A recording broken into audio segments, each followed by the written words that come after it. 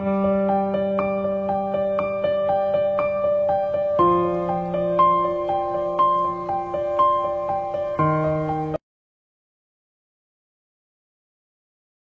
Friends, welcome back to my channel. ఈ రోజు మనం ఈ వీడియోలో ఫైనల్ ఎపిసోడ్ ని చూద్దాము. ఇప్పుడు ఎపిసోడ్ స్టార్టింగ్ లోనే మనకి యేసుని వాళ్ళ రెస్టారెంట్ ని చూపిస్తున్నారు. సినిమా యాక్టర్ రావడంతో రెస్టారెంట్ బాగా పాపులర్ అయ్యి హోటల్ బాగా రన్ అవుతూ ఉంది. శాంగిల్ కూడా షాప్ కి వచ్చి పిల్లల్ని చూసుకుంటూ ఉన్నాడు. ఇప్పుడు శాంగిల్ వాళ్ళ మనవరాలతో నీకు నేనంటే ఇష్టమా లేక క్వాన్సిక్ తాత అంటే ఇష్టమా అని అడుగుతూ ఉంటే ఆ పాప ఏమో శాంగిల్ కి ఫుడ్ తినిపిస్తూ ఉంది. చూసావా, తను నాకే తినిపించింది, తనకి నేనంటేనే ఇష్టమని శాంగిల్ అంటూ ఉన్నాడు. ఇక్కడేమో ఆంటీ యేసులతో అందరూ ఆ స్క్విడ్ సూప్ ని అడుగుతున్నారు.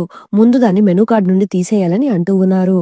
వాన్సిక్ ఏమో యేసును అలా ఒంటరిగా కష్టపడుతుండడం చూసేసి మనం పని మనిషిని ఎవరైనా పెట్టుకుందామా అని అడుగుతూ ఉంటే అదంతా ఏం అవసరం లేదు, నేను చూసుకుంటాను అనేసి యేసుని హ్యాపీగా వంట చేసుకుంటూ ఉంది.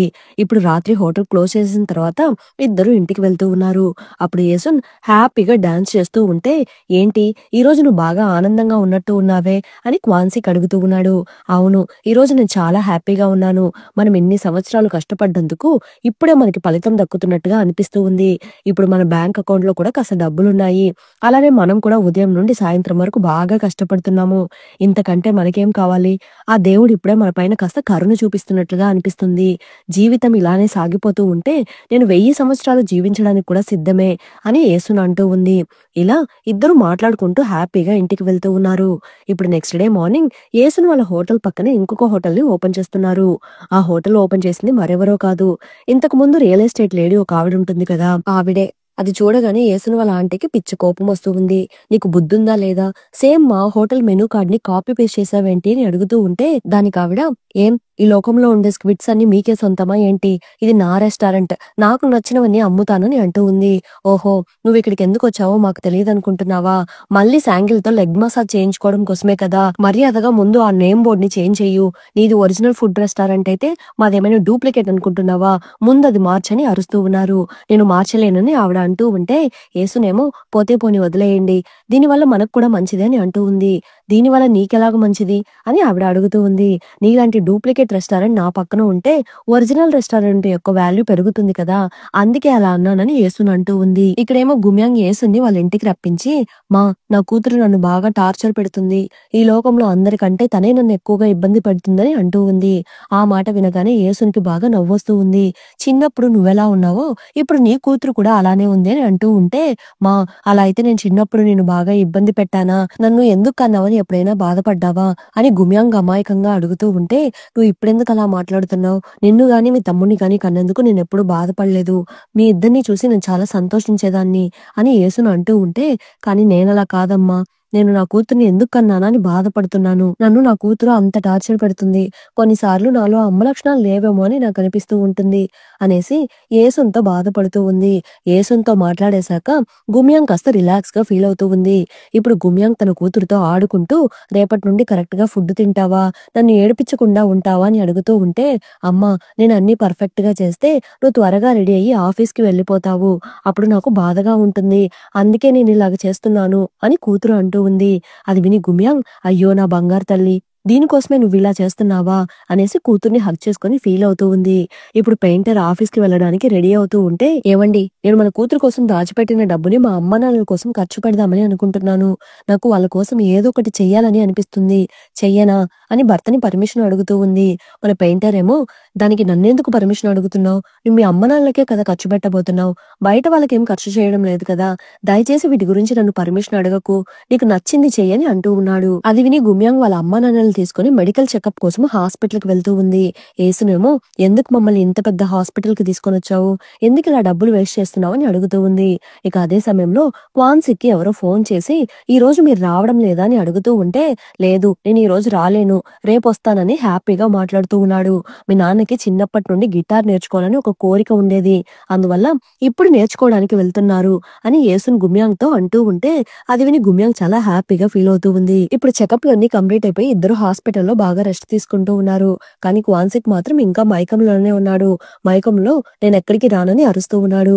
అది చూసి యేసునికి నవ్వొస్తూ ఉంది. మీకేమైంది? ఎందుకిలా మూలుగుతున్నారని అడుగుతూ ఉంది. కానీ అప్పుడు కూడా తను మైకంలోనే ఉన్నాడు.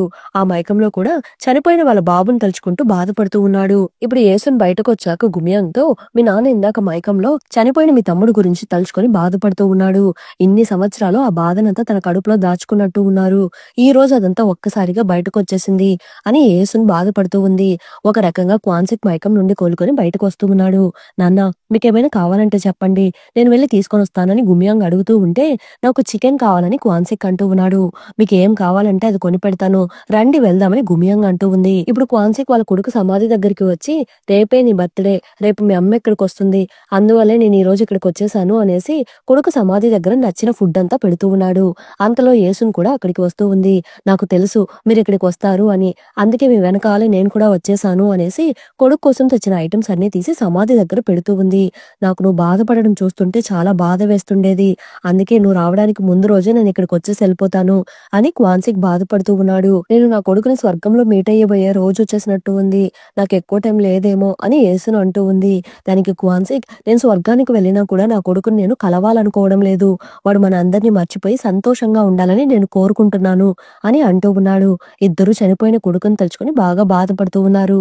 ఇప్పుడు ఇంటికి వచ్చాక వాళ్ళ కొడుకుని తలుచుకుంటూ కవితని రాయడం స్టార్ట్ చేస్తూ ఉంది.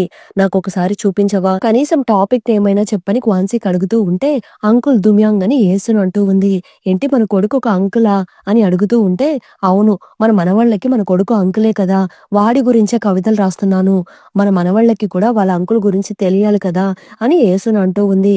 నువ్వేం వాటి గురించి బాధపడకు. మన పిల్లలు వాళ్ళ తమ్ముడు గురించి వాళ్ళకి చెప్పే పెంచుతారు అని అంటూ ఉన్నాడు. ఇక అదే సమయంలో కొడుకు లోపలికి వచ్చి నాన్న మీ ముద్దుల కూతురు ఫోన్ చేసింది. వచ్చి మాట్లాడండి అని అంటూ ఉన్నాడు. క్వాన్సిక్ ఫోన్ లిఫ్ట్ చేసి ఏమైంది గుమియాంగ్? ఈ సమయంలో ఫోన్ చేసావేంటి? ఏమైనా సమస్య వచ్చిందా? అని అడుగుతూ ఉంటే ప్రాబ్లం ఏమీ లేదు నాన్న. మీ మెడికల్ రిపోర్ట్స్ వచ్చాయి. అందుకే కాల్ చేశాను అనేసి మెడికల్ రిపోర్ట్ గురించి వాళ్ళ నాన్నకి నిజం చెప్పేస్తూ ఉంది. ఆ రిపోర్ట్ గురించి వినగానే క్వాన్సిక్ మొహం డల్ అయిపోతూ ఉంది. గుమియాంగ్ నేను నైట్ ఫోన్ చేసినప్పుడు నాన్న మీ హెల్త్ కే కాస్త ప్రాబ్లం ఉందని చెప్పి ఉంటుంది. ఇప్పుడు నెక్స్ట్ డే మార్నింగ్ నాన్నని చెకప్ కోసం ఆస్పత్రికి తీసుకుని వెళ్తూ ఉంది. నాన్న మీరు దేని గురించి బాధపడకండి. మీకు నేనున్నాను. ఎంత డబ్బులు ఖర్చైనా పర్లేదు. నేను మిమ్మల్ని జాగ్రత్తగా చూసుకుంటానని అంటూ ఉంది. అది విని క్వాన్సిక్ కాస్త కంగారు పడుతూ నువ్వెందుకు ఇలా మాట్లాడుతున్నావు? నా ఆరోగ్యం గురించి నాకు బాగా తెలుసు. నేను ధైర్యంగా ఉన్నాను. మీరు ధైర్యంగా ఉండండి. నాకేం జరగదు అని చెప్పేసి క్వాన్సిక్ చెకప్ చేయించుకోవడానికి లోపలికి వెళ్ళిపోతున్నాడు. బయటేమో యేసున్ టెన్షన్ పడుతూ కూర్చొని ఉంటే మా డాక్టర్ ఏం చెప్పినా మీరు మీ నమ్మకాన్ని కోల్పోకండి. ధైర్యంగా ఉండండి. మీకు నేనున్నాను. ఎంత డబ్బులు ఖర్చైనా నేను చూసుకుంటానని అంటూ ఉంటే ఓకే అని యేసున్ అంటూ ఉంది. లోపలికి వెళ్ళగానే డాక్టర్ క్వాన్సిక్ తో సార్ మీకు బ్లడ్ క్యాన్సర్ ఉంది. అది ముదిరిపోవడం వల్ల మీ కిడ్నీలు కూడా ఫెయిల్ అయిపోయిందని అంటూ ఉన్నాడు. అది వినగానే అందరినీ ధైర్యంగా ఉండమని చెప్పిన గుమ్యం ఏమో ఏడుస్తూ ఉంది.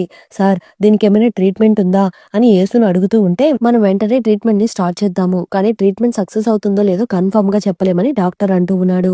వీళ్ళు వెంటనే ట్రీట్మెంట్ ని స్టార్ట్ చేస్తున్నారు. యేసున్ గుమ్యాంగ్ కి ఫోన్ చేసి గుమ్యాంగ్ నువ్వు ఆఫీస్ కి వెళ్ళమ్మా. మీ నాన్నని నేను హాస్పిటల్ కి తీసుకుని వెళ్తాను అనేసి క్వాన్సిక్ ని డైలీ హాస్పిటల్ కి తీసుకుని వెళ్తూ ఉంది. మీకేం కాదు. ఎంత ఖర్చైనా పర్లేదు. నేను మిమ్మల్ని కాపాడుకుంటాను అని యేసున్ అంటూ ఉంది. నాకేమవుతది? నేను బాగానే ఉన్నాను. ఒకవేళ నాకేమైనా అయితే నీకోసం మన పిల్లలున్నారు. వాళ్ళు నిన్ను చూసుకుంటారని క్వాన్సిక్ అంటూ ఉన్నాడు. ఆ మాటలు వినగానే యేసున్‌కి బాధగా ఉంది. అదంతా ఏం అవసరం లేదు. నాకు మీరే కావాలి. మీరు లేకపోతే నేను అనాథైపోతాను అని బాధపడుతూ ఉంది. మీరు త్వరగా కోలుకోండి. మనం ఇద్దరం కలిసి చైనా మొత్తం తిరుగుదామని అంటూ ఉంది. సరే సరే నువ్వేమి బాధపడకు. నేను త్వరగా క్యూర్ అయిపోతానని క్వాన్సిక్ అంటూ ఉన్నాడు. ఇప్పుడు హాస్పిటల్‌కి వచ్చి టెస్టులన్నీ చేయిస్తూ ఉన్నారు. అక్కడున్న నర్స్ యేసున్‌తో ఇందులో బ్లడ్ టెస్టులు రాశారు కదా, ఇంకా చేయించలేదా అని అరుస్తూ ఉంది. ఇప్పుడు ఇద్దరూ కలిసి డాక్టర్ దగ్గరికి వెళ్తున్నారు. యేసున్ తను నోట్ చేసిన డౌట్స్ అని డాక్టర్‌ని అడుగుతూ ఉంటే మీరు నెట్‌లో బాగా సెర్చ్ చేసేసొచ్చి ఇలాంటి పిచ్చి పిచ్చి డౌట్‌లన్నీ అడుగుతూ ఉంటే నేను మీకు సమాధానం చెప్పాలా అని అరుస్తూ ఉన్నాడు.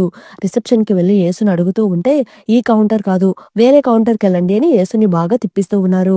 యేసుని అలా చెప్పించడం చూసి క్వాన్సీకి పిచ్చి కోపం వచ్చి, నేను ఇక్కడికి వచ్చినప్పటి నుండి చూస్తూనే ఉన్నాను. మీకు పెద్దవాళ్ళని ఎలా గౌరవించాలో తెలియదా? అర్థం కాకపోతే 2 సార్లు చెప్తే ఏమవుతుంది అని అరుస్తూ ఉన్నాడు. ఇక అదే సమయంలో గుమ్యాంగ్ అక్కడికి వస్తూ ఉంది. ఏమైంది నాన్న? ఎందుకలా అరుస్తున్నారని అడుగుతూ ఉంటే, మేము హాస్పిటల్కి వస్తున్నామని నీకు ముందే తెలుసు కదా, నీకు కరెక్ట్ టైంకి రావడం తెలీదా? రేపటి నుండి మాకంటే నువ్వే ముందు రావాలి, అర్థమవుతుందా అని గుమ్యాంగ్ ని అరుస్తూ ఉన్నాడు. నువ్వు మీ నాన్న మాటలేమీ పట్టించుకోకు, మీ నాన్న గురించి నీకు బాగా తెలుసు కదా అని యేసును అంటూ ఉంటే, మా నాన్న ఎప్పుడు నాకు సపోర్ట్ గా ఉంటాడని నువ్వు అనుకుంటున్నావు కదా, ఒకవేళ నీకు నాకు మధ్య ఏమైనా గొడవ వస్తే నాన్న నన్ను వదిలేసి నీకే సపోర్ట్ చేస్తాడు, నాన్నకి నువ్వంటే అంత ఇష్టమని అంటూ ఉంది. గుమియాంగ్ వాళ్ళ నాన్న కోసము హాస్పిటల్లో ఒక ప్రైవేట్ రూమ్ ని బుక్ చేస్తుంది. రూమ్ లో అన్ని సర్దేసి, నాన్న మీరు బాగా రెస్ట్ తీసుకోండి, నేను మార్నింగ్ వస్తానని అంటూ ఉంది. నువ్వు ఈ రోజు ఇంటికి వెళ్లాల్సిందేనా, ఈ రోజు నాతోనే ఉండిపోవచ్చు కదా అని అడుగుతూ ఉంటే గుమియాంగ్ కూడా ఓకే చెప్తూ ఉంది. ఇప్పుడు ఇద్దరు కలిసి రాత్రంతా మాట్లాడుకుంటూ ఉన్నారు. క్వాన్సిక్ యేసున్తో కలిసి చేసిన పిచ్చి పనుల గురించి కూతురికి చెప్తూ ఉన్నాడు. మీ అమ్మ నన్ను పెళ్లి చేసుకుని చాలా కష్టాలు అనుభవించింది, నేను చనిపోయాక దయచేసి మీ అమ్మని ఒంటరిగా వదిలేయకండి అని అంటూ ఉన్నాడు. నాన్న నువ్వెందుకు ఇలా మాట్లాడుతున్నావని గుమియాంగ్ బాధపడుతూ ఉంటే, ఒకవేళ నాకేమైనా అయితే నువ్వు మీ అమ్మతో మాత్రం దయచేసి గొడవ పడకు, తనని చివరి దాకా జాగ్రత్తగా చూసుకోండి అని అంటూ ఉన్నాడు.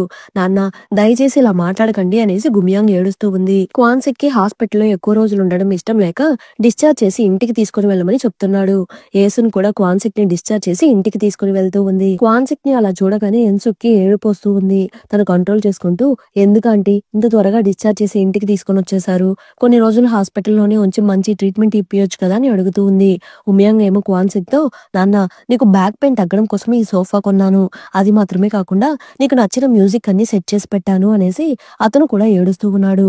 రే నువ్వు ఇప్పుడు ఇద్దరు పిల్లలకి తండ్రివి, నువ్వు ఇలా ఏడవడం కరెక్ట్ కాదని క్వాన్సిక్ అంటూ ఉన్నాడు. నాన్న మీరెందుకు ఇలా సన్నబడిపోయారు అనేసి ఉమియాంగ్ ఏడుస్తూ ఉన్నాడు. క్వాన్సిక్ వాళ్ళ అమ్మేమో బయట కూర్చొని చేపలు శుభ్రం చేస్తూ ఉంటుంది. అప్పుడు క్వాన్సిక్ వాళ్ళ అమ్మ దగ్గరికి వెళ్ళి, మా నేను వచ్చినప్పటి నుంచి మీరు నన్ను పట్టించుకోవడం లేదేంటి అని అడుగుతూ ఉంటే, ముందల్ని చేతులు కడుక్కొని రారా, భోజనం చేద్దాము అనేసి కొడుకు ముఖం చూడలేక అమ్మ ఏడుస్తూ ఉంది. ఇప్పుడు అందరూ కలిసి టీవీ చూస్తూ ఉంటే అందులో మన గుమియాంగ్ వస్తూ ఉంది. గుమియాంగ్ ని టీవీలో చూడగానే యేసున్ అలానే క్వాన్సిక్ చాలా హ్యాపీగా ఫీల్ అవుతున్నారు. ఎన్సుక్ ఏమో మీ కూతురికి నిజంగానే చాలా టాలెంట్ ఉందంటీ అని గుమియాంగ్ ని పొగుడుతూ ఉంది. ఉమియాంగ్ ఏమో వాళ్ళ అక్క టాలెంట్ ని చూసి ప్రౌడ్ గా ఫీల్ అవుతూ ఏడుస్తూ ఉన్నాడు. ఇంకొక పక్క ఉమియాంగ్ వాళ్ళ కొడుకు ఉమియాంగ్ జోబి నుండి డబ్బులు కొట్టేసి వాడి గర్ల్ ఫ్రెండ్ కి ఒక హెయిర్ బ్యాండ్ ని కొనిచ్చినట్టు ఉన్నాడు. అది చూసి ఉమియాంగ్, చదువుకోమని స్కూల్ కి పంపితే ఇలాంటి పనులు చేస్తావా, ఈ వయసులో నీకు గర్ల్ ఫ్రెండ్ కావాలా అని ఉమియాంగ్ అరుస్తూ ఉంటే అది చూసి క్వాన్సిక్ కి నవ్వొస్తూ ఉంది. జీవితం ఒక సర్కిల్ లాంటిది, నీ కొడుకు కూడా నీలాగానే ఉంటాడు కదా, బాగా జరిగింది అని నవ్వుకుంటూ ఉన్నాడు. క్వాన్సిక్ మాటలు విని క్వాన్సిక్ వాళ్ళ అమ్మేమో, ఆ మాటలు నువ్వంటున్నావా, నువ్వు కూడా అలానే చేసావు కదరా అన్నట్టు ఉరిమి చూస్తూ ఉన్నారు. ఇక్కడేమో యేసున్, ఏమండి మీరు నాకు 3 ప్రామిసులు చేశారు కదా, అందులో ఒకటి పూర్తయింది అనేసి తన కవితల పుస్తకాన్ని తీసి చూపిస్తూ ఉంది. యేసున్ రాసిన కవితల పుస్తకం పబ్లిష్ అవ్వడంతో క్వాన్సిక్ ఆనందంతో ఆ పుస్తకాన్ని చదువుతూ ఉన్నాడు. ఆ పుస్తకం చదువుతూ క్వాన్సిక్ ఏడుస్తూ ఉంటే, ఏమండి ఏమైంది మీకు, ఎందుకు ఈ మధ్య ఎక్కువగా ఏడుస్తున్నారని అడుగుతూ ఉంది. నువ్వు నన్ను పెళ్లి చేసుకోకుండా వేరే ఎవరైనా పెళ్లి చేసుకుని ఉంటే ఈ పుస్తకం ఎప్పుడో పబ్లిష్ అయి ఉండేది అనేసి క్వాన్సిక్ బాధపడుతూ ఉంటే, నేను మిమ్మల్ని పెళ్లి చేసుకోకుండా వేరే ఎవరైనా పెళ్లి చేసుకుని ఉంటే అసలు నేను ఈ కవితలే రాసేదాన్ని కాదు అనేసి క్వాన్సిక్ కి ముద్దు పెడుతూ ఉంది. అదంతా పైనుండి పిల్లలు చూస్తూ ఉన్నారు. అంతలో ఉమియాంగ్ అక్కడికి వచ్చి, నాన్న మీరిద్దరు కింద ఏం చేస్తున్నారు, పిల్లలిద్దరూ మిమ్మల్నే చూస్తున్నారని అంటూ ఉన్నాడు. ఇప్పుడు యేసున్ పుస్తకం పబ్లిష్ అయిన ఆనందంతో, ఏమండి నాకు మీతో కలిసి ఇంకొక 5 సంవత్సరాలు ఎక్స్ట్రాగా జీవించాలని కోరికగా ఉంది అని అంటూ ఉంటే, నువ్వు ఆల్రెడీ నన్ను పెళ్లి చేసుకుని చాలా కష్టాలు అనుభవించావు, నీకు ఇంకా కష్టాలు కావాలని కోరుకుంటున్నావా అని అడుగుతూ ఉంటే, నేను కష్టాలు పడ్డానని మీకెవరు చెప్పారు, మిమ్మల్ని పెళ్లి చేసుకున్న తర్వాత నుండి నేను చాలా సంతోషంగా ఉంటున్నానని అంటూ ఉంది. నేను నీకు చేసిన 3 ప్రామిస్లో ఒక్కటి కూడా పూర్తి చేయలేనేమోనని బాధపడుతూ ఉన్నాను, కనీసం అందులో ఒక్కటైనా పూర్తయినందుకు నాకు చాలా సంతోషంగా ఉందని అంటూ ఉన్నాడు. మీరు ఎందుకు ఇలా మాట్లాడుతున్నారు, నేను చాలా సంతోషంగానే ఉన్నాను అనేసి క్వాన్సిక్ ని ఓదారుస్తూ ఉంది. క్వాన్సిక్ ఏమో, నువ్వు నా కోసం ఒకే ఒక ప్రామిస్ చెయ్యు, నేను చనిపోయాక నా ముందు ఏడుస్తూ కూర్చొనని మాట ఇవ్వు, నువ్వు ఎప్పుడు నవ్వుతూనే ఉండాలి, నీ నవ్వును చూస్తూ నేను చనిపోవాలి అని క్వాన్సిక్ చాలా ఎమోషనల్ గా మాట్లాడుతూ ఉన్నాడు. ఆ మాటలు వినగానే యేసును ఏడుస్తూ ఉంది. కొన్ని రోజులు గడిచాక క్వాన్సిక్ ఆరోగ్యం క్షీణించిపోతూ ఉంది. ఇంకా ఇంట్లో ఉంచుకుంటే లాభం లేదు అనుకుని క్వాన్సిక్ ని హాస్పిటల్లో జాయిన్ చేస్తూ ఉన్నారు. క్వాన్సిక్ ని చూస్తూ కొడుకు కూతురు ఇద్దరు బాగా ఏడుస్తూ ఉన్నారు. చివరగా వాళ్ళందరినీ ఒకసారి చూసుకుంటూ ఉంటే క్వాన్సిక్ ని ఐసీయూలోకి తీసుకుని వెళ్లిపోతూ ఉన్నారు. యేసున్ మాత్రము క్వాన్సిక్ ని చూడడం కోసము ఐసీయూ దగ్గరికి వచ్చి వెయిట్ చేస్తూ ఉంది.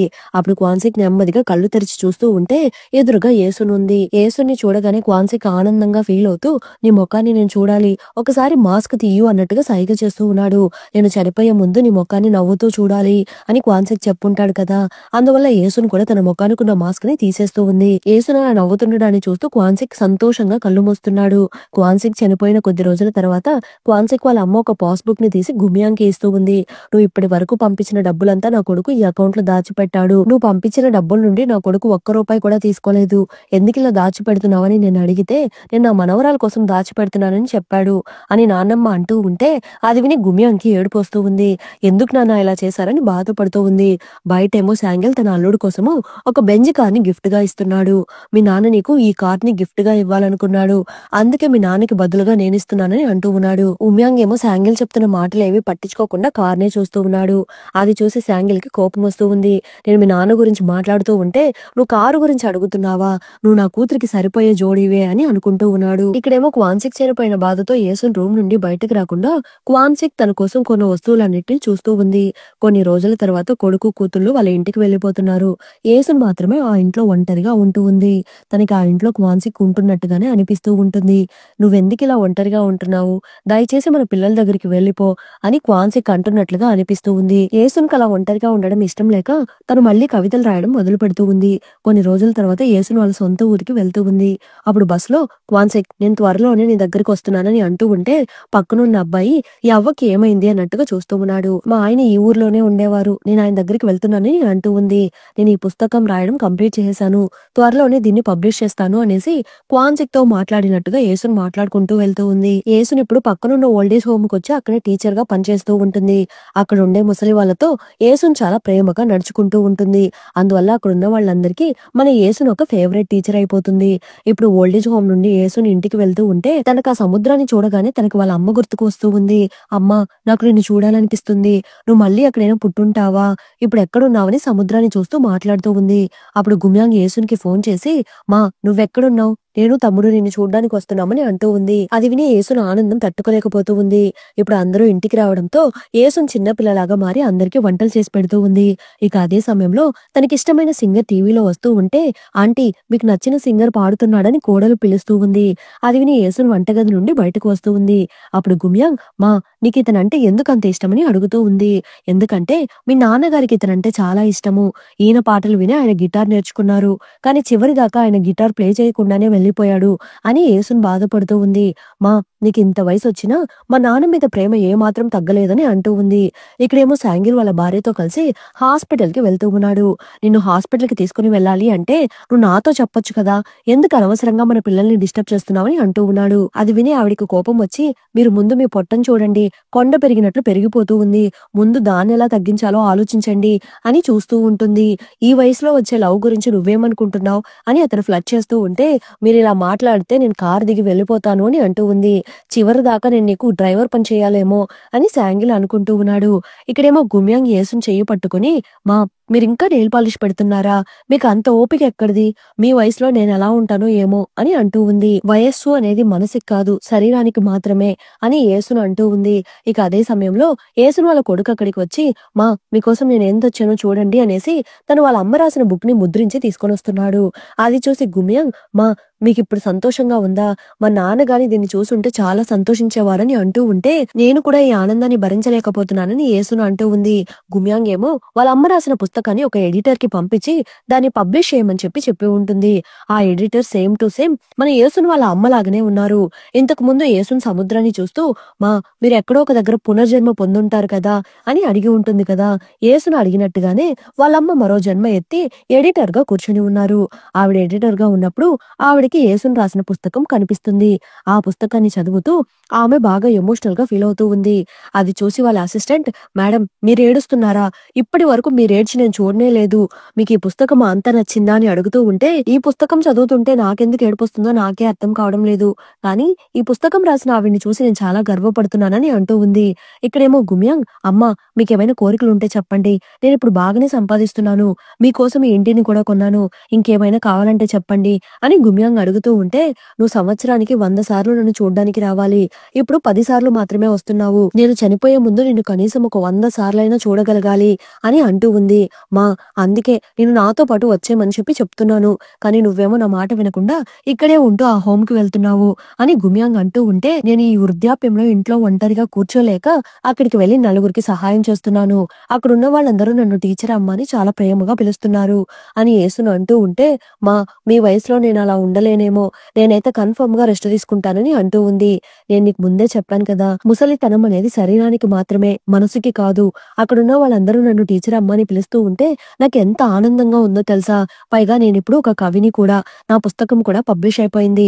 నాకివన్నీ తలుచుకుంటూ ఉంటే చాలా సంతోషంగా ఉంది అనేసి ఆ పుస్తకాన్ని పట్టుకొని యేసున్ ఫీల్ అవుతూ ఉంది. యేసున్ తన జీవితాన్ని ఏ ఇంట్లో అయితే మొదలుపెట్టిందో, ఇప్పుడు తన చివరి జీవితాన్ని కూడా ఆ ఇంట్లోనే గడుపుతున్నట్టుగా చాలా బ్యూటిఫుల్‌గా చూపిస్తూ ఈ డ్రామాని పూర్తి చేస్తున్నారు. ఇంతటితో ఈ డ్రామా కంప్లీట్‌గా ఎండ్ అయిపోయింది. ఈ డ్రామా పర్సనల్‌గా నాకైతే బాగా నచ్చింది. మీలో ఎంతమందికి నచ్చిందో తప్పకుండా కమెంట్ చేయండి. ప్లీజ్ మన ఛానెల్‌ని సపోర్ట్ చేయండి. Thanks for watching.